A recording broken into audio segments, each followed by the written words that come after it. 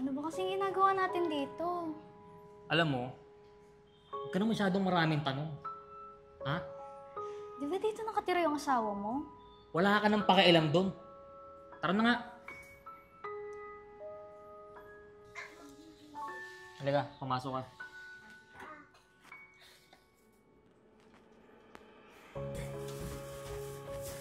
Han? Pinsan mo?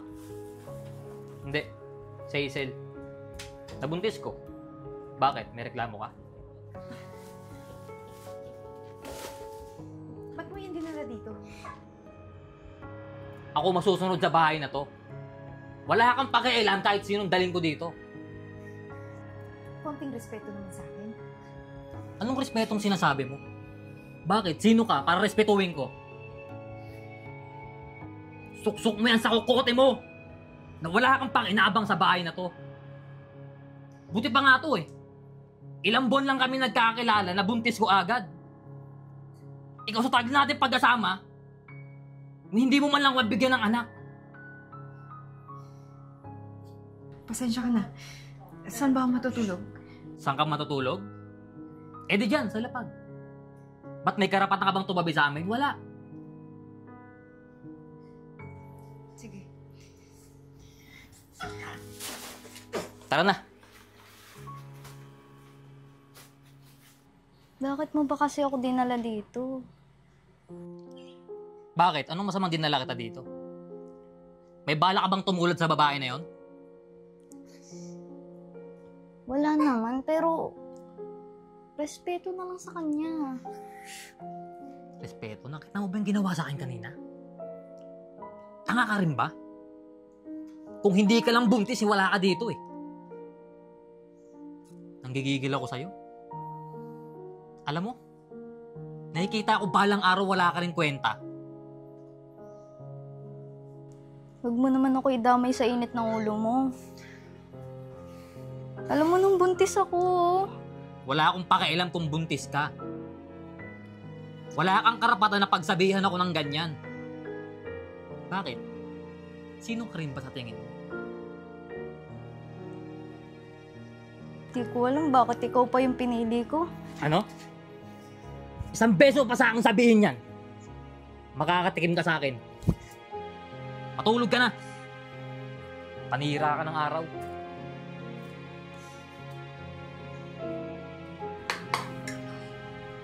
Hazel, maupo ka na. Dali, kumain ka na. Tamang-tama, mainit ka tong pagkain. Ate, nakakaya naman. Ano ka ba? Sige na, upo na dito, dali. Eh, para naman masustansyahan din yung baby mo. Upo na, dali. Kain na. Huwag ka na mahiya. Sige. Pagkatapos ng ginawa sa'yo ng asawa mo. Ano ka ba? Huwag mo na yun isipin. Eh, alam ko din yung nararamdaman mo. Sa totoo niyan, hindi naman talaga si MC yung may gustong magkaroon ng anak. Kundi ako. Kaso, hindi ako makabuo. Kaya ngayon, napipilitan na siya. Kaya dinala ka niya dito. Pasensya na ulit, ate, ha. Okay lang yan. Sige na, kain na. Oy. Ano yung mga pinag-uusapan nyo, ha? Hoy, ikaw. Bili mo nga ako ng alak. Teka lang. Darating yung mga barkada ko ngayon. Bigyan mo ako ng pera. Wala akong pera dito. Anong pera? Di ba kabibigay ko lang sa'yo? MC, kulang yung pera na yun. Barya lang yun. Wala akong pake. Bumili ka dun. Ikaw, di ba sinabihan na kita? Huwag kang tutulad sa babae na to. Ano? Kinumusta ko lang naman siya. Hindi ka nakikinig sa akin? Ha? Hindi ka nakikinig? Isa pa, ha? Isa pa. Pagbubuhulin ko kayong dalawa. Bilis na. Sige.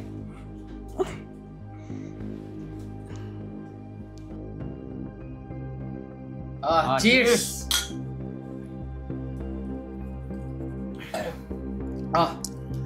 Pare, may iba tayo ha. Kumusta na kayo ng asawa mong si Eden? Si Eden? Hindi, nga naman ako. Lasing na yata, pare. Lasing na yata. Alam nyo pre, si Eden, sobrang kapal ng mukha niya. Isipin nyo, ilang beses na ako nagdala ng babae dito sa bahay. Ayaw pa rin lumayas. Diba? Alam mo pare, alam mo ikaw, hindi ka talaga nag-iisip eh. Ang ayos-ayos ng asawa mo, tapos ginaganyan mo lang, niloloko mo, dadala ka ng mga babae dito. Insulto yun para sa kanya, pare. Oo nga Alam mo naman. pre, babaeng walang kwenta, hindi na dapat yung pinapatagal. Alam mo, pre, balita ko nga nakabantis pa ng iba to eh. Ang tibay. Oo, totoo yun pre. Nakabuntis ako. Iba talaga yung kamandag ng angking mala Adonis mong katawan. Sa totoo nga niyan pre, magkasama silang dalawa dito. Yanip. Grabe, no? Si Hazel, inaantay ko lang siyang manganak eh. Tapos hihiwalayan ko na din. Napakawalang hiya mo. Kabata-bata nito, pinuntis mo.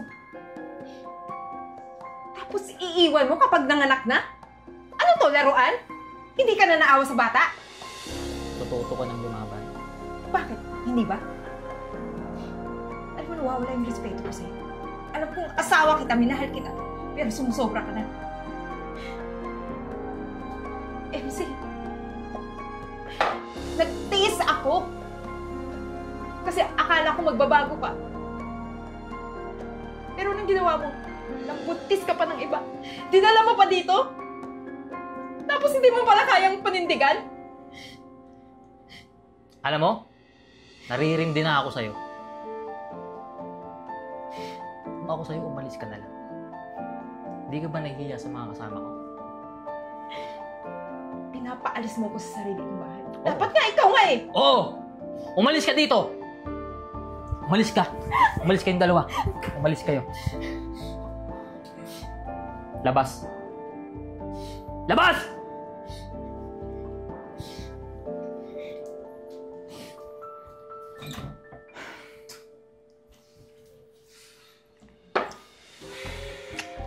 Ako, pare.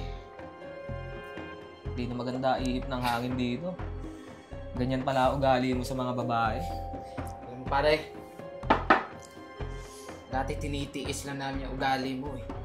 Pero ngayon, nakita namin kung paano ka katarantado. Alam mo, siguro nga mas mabuti. Magkanya-kanya na tayo. Bahala na kayo dyan.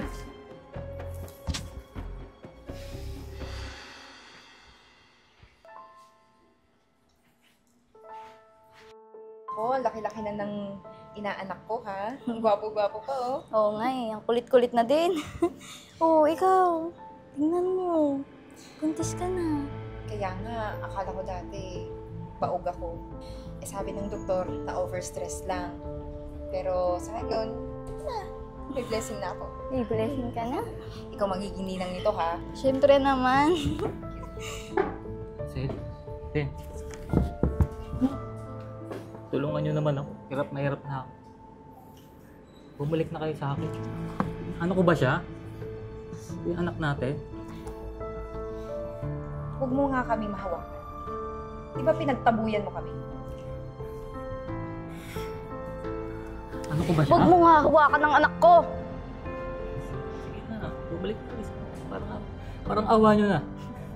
Matapos mo kaming pagtabuyan. Babalik ka sa amin? Para ano? Saktan ulit? Hindi na kami kagaya ng dati. Pinagsisihan ko na yun. Parang awa Kapal nyo. pala talaga ng mukha mo eh, no? Talagang nagpakita ka pa sa amin. Alam mo, Hazel, kailangan maturuan ng leksyon tong lalaki to.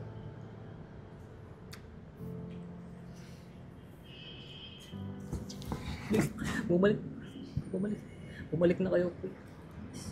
Eden. Wala ka nang babalikan. Yan.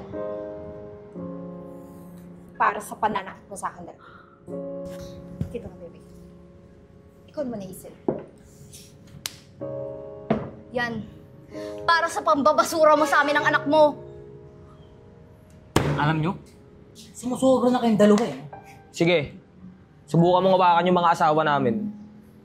Subukan mong gumawa ng masama. Ipapalatan ka namin ng buhay dito. Ano? Mga babae lang ba yung kaya mo? Bakit hindi kami yung harapin mo, ha? Narinig mo, di ba? Hihintayin mo bang masaktan ka? O aalis ka?